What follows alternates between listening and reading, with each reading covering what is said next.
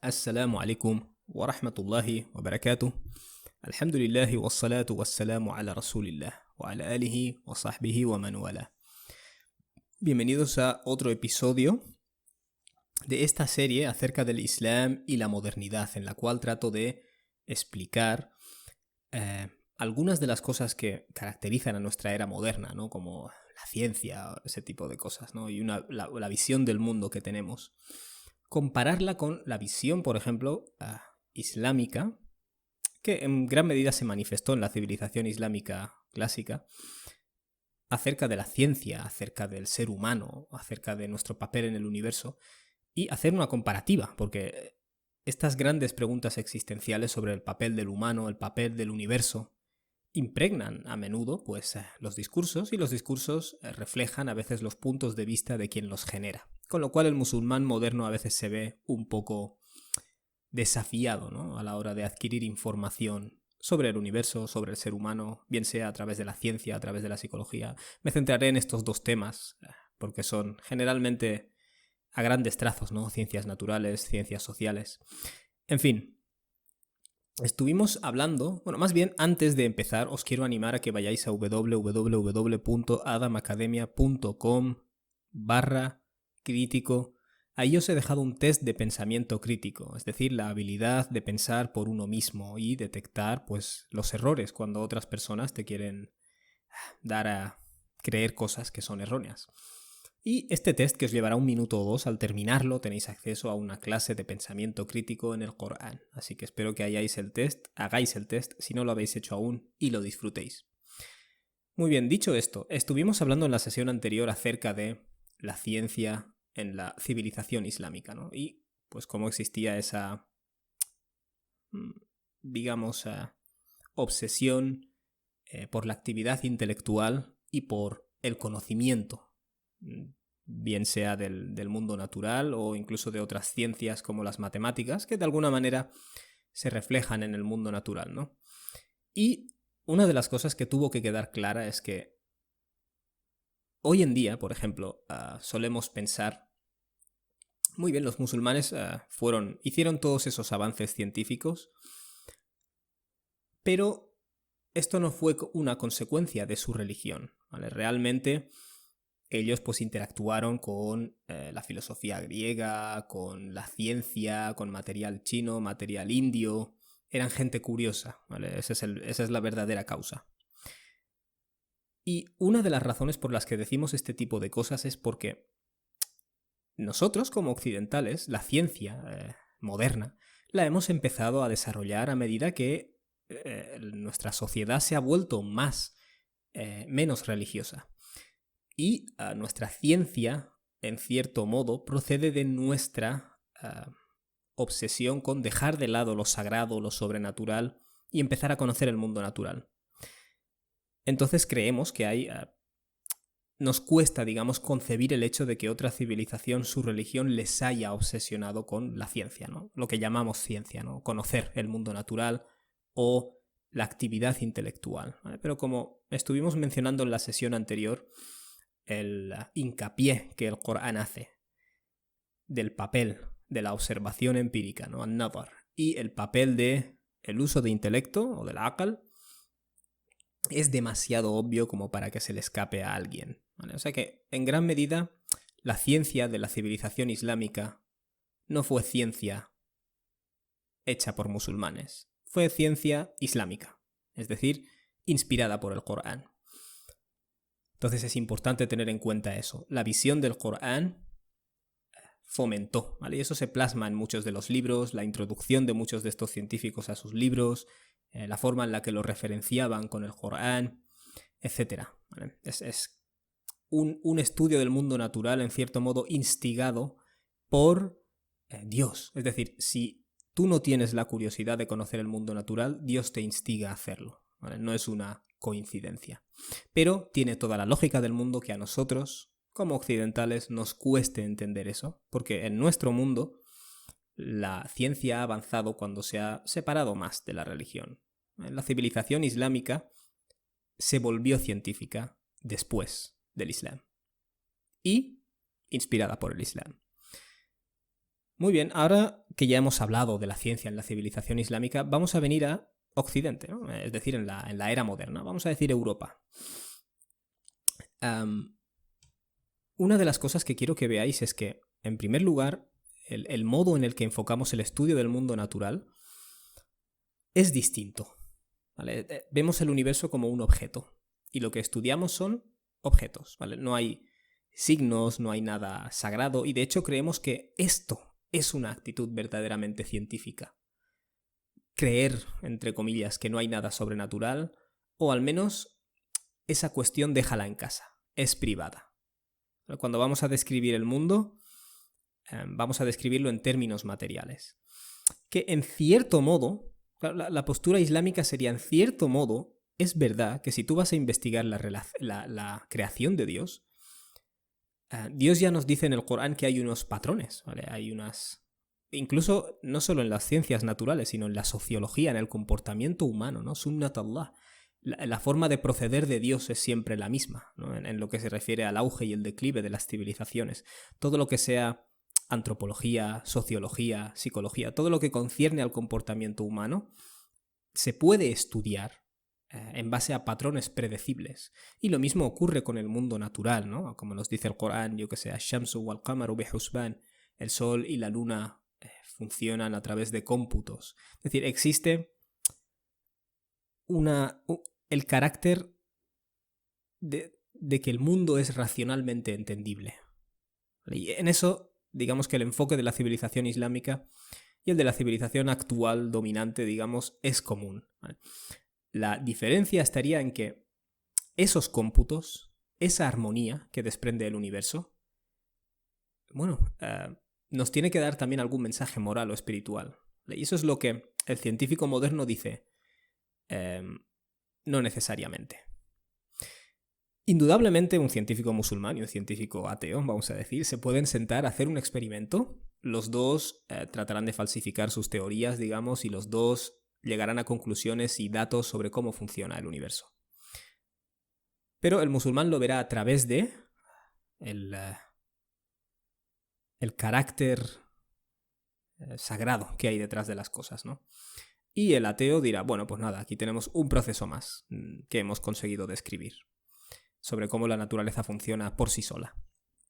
Entonces, a priori no debería haber ningún problema, ¿vale? El problema está en que mucho del material científico está producido por la civilización dominante y esa sensación de, muy bien, conocemos estos datos y conocemos cómo funciona el universo de manera independiente. No hay ningún razaq, no hay nadie que lo sustenta. Ese tono, vamos a usar la palabra tono, generalmente materialista o ateo, nos guste o no, impregna mucho del sistema educativo, de los libros de texto, y voy a intentar trazar el origen histórico de este enfoque, ¿vale? Porque aunque todos estamos de acuerdo en estudiar el mundo natural, el enfoque, el marco y la interpretación, no solo al generar los libros de texto, que generalmente sí, al generar la información, ¿vale? De eso se trata, sino al mirar al propio universo. Tiene algunas diferencias, que tampoco podemos ser ingenuos y negarlas. Muy bien. En Europa se suele señalar a Copérnico, que propuso un modelo heliocéntrico como el inicio de la revolución científica. Cabe la posibilidad de que esto es una lectura que hacemos ahora, porque la forma en la que se estaban viviendo las cosas en ese momento, lo mismo que hemos dicho al hablar de la civilización islámica, no tenía tanto las categorías y las fechas exactas colocadas. No dijeron, mira, Copérnico ha dicho esto, empieza una revolución científica. ¿Vale? No tenían ese concepto. ¿Vale? Nosotros ahora miramos los eventos y necesitamos una cronología y decir, vale, aquí empezó la revolución científica, etc., ¿no? De hecho, el heliocentrismo que explicó o que propuso Copérnico no era nueva, como hemos mencionado.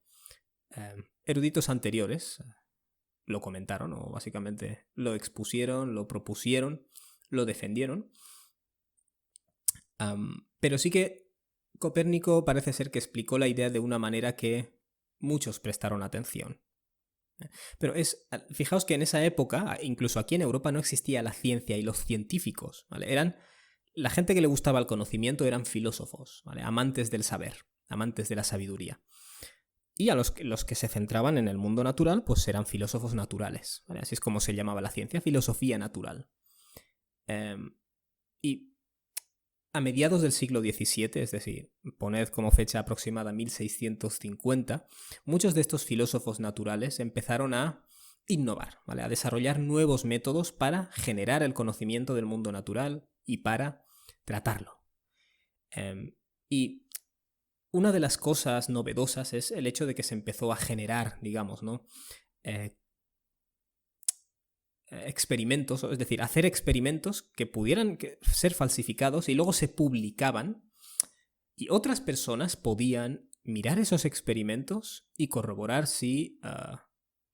es decir, tratar de replicarlos, ¿vale? La idea del experimento replicable que puedes publicar y otras personas pueden cotejarlo. ¿Vale? El conocer el mundo natural no fiándote de lo que uno u otro te diga, sino en base a los experimentos, ¿vale? Y, por ejemplo, en este área se considera que Francis Bacon y Robert Boyle fueron pioneros, ¿no? Digamos, en la publicación de experimentos. A Bacon, que por cierto muchas de estas cosas que estoy mencionando se hicieron antes, ¿vale? Como en la sesión anterior estuvimos hablando de la ciencia en la civilización islámica y obviamente los experimentos estaban a la orden del día, ¿no? Podríamos decir.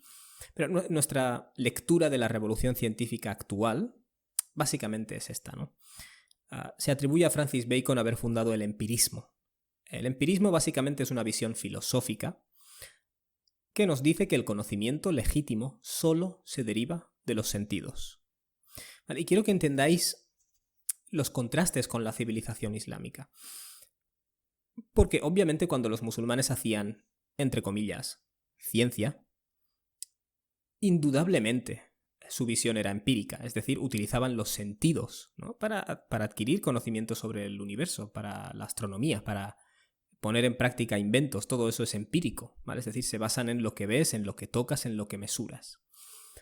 Es decir, la práctica de la ciencia era empírica. Pero la filosofía de trasfondo, es decir, lo que hay dentro de tu cabeza, no es que el conocimiento legítimo solo se deriva de los sentidos. ¿Vale? Los musulmanes creían que para conocer el universo utilizabas tus sentidos y también derivabas el conocimiento de la revelación. ¿Vale? En otras palabras, Dios te informa en el Corán del origen, del propósito de la creación, de aspectos no visibles de la creación que tú no puedes investigar empíricamente y del destino final, ¿no? De, yo qué sé, lo que ocurra después de esta etapa del universo. Por eso, el hacer ciencia empíricamente, hacer ciencia basándote en la investigación observable o de los fenómenos observables no sería el problema, islámicamente hablando. El problema sería la filosofía que te dice solo puedes obtener conocimiento legítimo a través de los sentidos, ¿vale? Esto sería problemático. Y el positivismo más tarde colocó los datos en contraposición a la intuición como la única forma de descubrir la realidad. Y obviamente el neopositivismo a principios del siglo XX asume que el conocimiento es cuantificable. Sin entrar en grandes detalles, porque en lo que me quiero centrar aquí es en las diferencias filosóficas, digamos, en el enfoque islámico y el enfoque moderno. La ciencia moderna utiliza un método, ¿vale? Que ha ido evolucionando también, que es el método científico. Y este método científico lo que busca más bien es observar, generar teorías y luego tratar de falsificarlas. Es decir, voy a ver si esta teoría falla. Y si experimento una y otra vez y no falla, pues la daremos por válida, ¿no? Que si fueras así un poco obsesivo con estos temas, podrías derivar algo similar del Corán. Es decir, observa el mundo natural. No te creas lo que la gente dice, ¿no? Si sigues a la mayoría te van a desviar. La gente que no piensa sigue a sus ancestros, ¿no? Verifica las cosas por ti mismo. Si te viene un fasiq, ¿no? Una persona indigna, dándote información, verifícala, ¿no? Toda la obsesión por verificar la información, observar, razonar, recapacitar, meditar, no creerte ciegamente las cosas, indudablemente está impregnado en el Corán. Y podríamos decir que el método científico, entre comillas, que utilizaban los musulmanes, que no indagué en ese tema, el tema de teorizar un método científico, cosa que también ocurrió. Pero el método científico en términos generales, ¿vale? De observar, teorizar y testar las teorías, esencialmente, es algo que existía entre los musulmanes, naturalmente, y es algo común a la ciencia moderna. Por eso, cuando alguien viene y te dice, bueno, entonces la ciencia moderna, y mucha gente tiene este problema, te dice, no, la ciencia occidental, la ciencia moderna, casi como un enemigo. Y la ciencia en sí no es un enemigo, es decir, desde una perspectiva islámica. El estudio del mundo natural es parte del Islam. Más claro no se me ocurre otra forma de decirlo. Es parte de la llamada del Corán.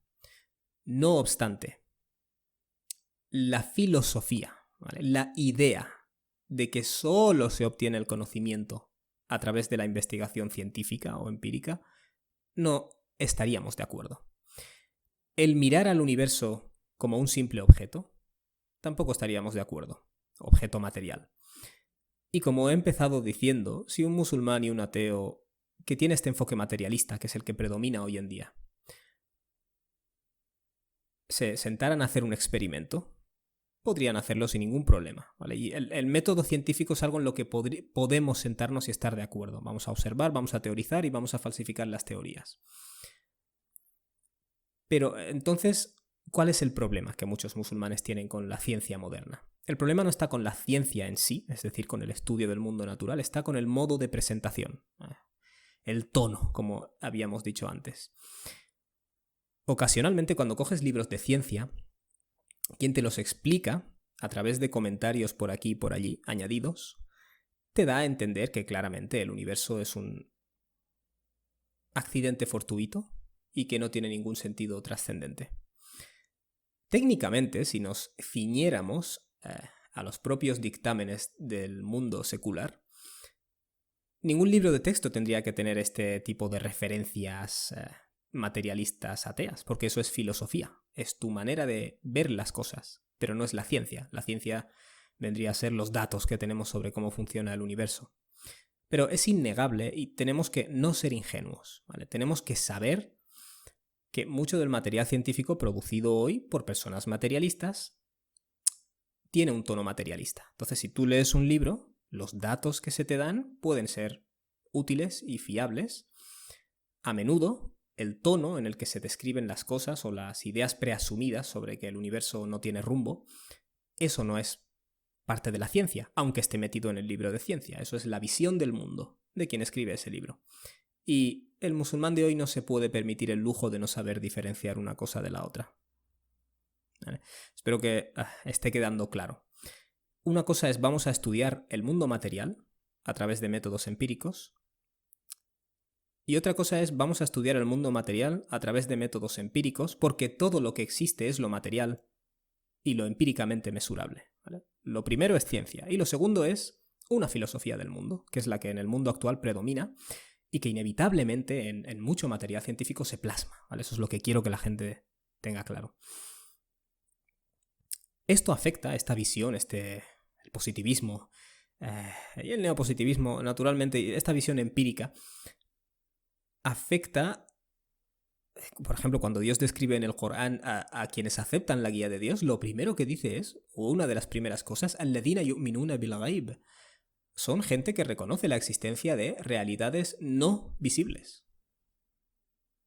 Entonces, ¿qué ocurre? Que en muchas ocasiones para la persona moderna de mentalidad científica, que insisto, en la civilización islámica mucha gente tenía mentalidad científica, pero no materialista. Y hoy en día está mezclado.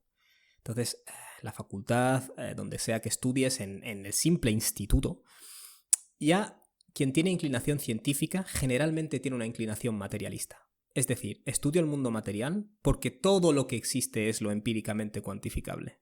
¿Vale? Esa filosofía, para las personas que tienen esa mentalidad científica, que en muchos casos desafortunadamente hoy conlleva una mentalidad materialista o una visión materialista, para esas personas a menudo la creencia en la existencia de al-ghaib, de realidades no perceptibles, es anticientífica e irracional. Lo cual es muy interesante, bueno, porque el Corán es una escritura que reconoce realidades no visibles, pero también promueve una visión racional y científica. ¿Qué quiero decir con eso? Que promueve el uso de razón, el aql, y promueve la observación del mundo natural. Dentro de un marco espiritual, por supuesto. Entonces, el moderno generalmente no entiende eso, ¿vale? El moderno considera que o eres científico y crees que lo material es todo lo que existe, o eres supersticioso y crees que hay cosas no visibles. El Corán afirma lo no visible, nos llama a investigar el mundo natural, rechaza la superstición. Es como nos cuesta mucho entender este Islam. Está fuera de nuestros dilemas, ¿no? Nuestros dilemas son o científico o crees que hay cosas no visibles. Una de dos. No, yo tengo una mentalidad científica a través de la cual estudio el mundo natural y reconozco que existen realidades no visibles que me llegan a través de la revelación. Una revelación que sé que es verdad, también a través del uso de razón y de pruebas racionales. Esto es como muy raro para mucha gente moderna. Y el musulmán, no seamos ingenuos. El musulmán que pasa por la Facultad de Ciencias Naturales en una institución secular, que no debería ser ni más materialista, ni más religiosa, ni más... Técnicamente es neutra, ¿no? Y secular, pero esa neutralidad no existe, ¿vale? La persona que pasa por una de estas instituciones, incluso el musulmán, después de esos 4 años de carrera, termina trastocado, ¿vale? Y termina con puntos de vista seculares. Y termina pensando, bueno, técnicamente tengo que creer que un ángel hizo descender la revelación a Muhammad, pero eso no es cuantificable. Entonces se supone que si soy científico ya no tengo que creer en eso. ¿Vale? Eso no es ser científico, eso es una filosofía, una visión del mundo, hasta me atrevería a decir una ideología que se te ha inculcado. ¿Vale? Y espero que esta sesión nos ayude a entender por qué el tono, en gran medida, de la ciencia moderna es materialista. ¿Vale? Insisto, no la ciencia en sí, ¿vale? La ciencia es solo la investigación del mundo natural, pero la forma en el modo de presentación, no se me ocurre otra mejor expresión de decirlo, el modo de presentación, el modo de explicación está muy casado con el materialismo, que es una filosofía, ¿no? Al final. Y esta visión materialista a menudo impregna el discurso académico, científico. Y un ejemplo de esto muy, muy de manual, la idea de que o eres científico y racional o crees en cosas no visibles. Es decir, yo he tenido muchas conversaciones de este tipo en las que las personas te ofrecen este dilema, ¿no? Que ellos creen firmemente, porque al final todos tenemos nuestra fe, que no hemos cuestionado del todo, y esto al final es un poco un acto de fe. Crees que existe un dilema y no has mirado más allá. Y a veces personas me plantean esto y yo les digo, no, yo creo en el Corán, palabra de Dios, tal. Y me dicen, bueno, pero eso no es tu lado racional científico, ese es tu lado religioso. Esas son categorías muy europeas. Yo les explico, yo sé que el Corán es verdad por razones racionales, no puedo negarlo, básicamente. Por motivos racionales, no porque me guste o no me guste, o me he levantado bien, me he levantado con fe, he visto ángeles en sueños, no tiene nada que ver con eso. Y a la gente esto le parece muy raro. Te dicen, no. Eso no puede ser. Si es racional, tienes que ser materialista como yo. Y a esa persona le cuesta entender que él mismo o ella misma es el producto de un mundo con unas doctrinas, ¿vale? Y en este caso tenemos una doctrina materialista que tiene una razón de ser histórica muy fácil de entender. Así que, en resumen, compartimos un amor por conocer el mundo, deberíamos compartir, mejor dicho, pero el Corán no espera de nosotros que veamos al cosmos como un conglomerado de objetos materiales sin sentido.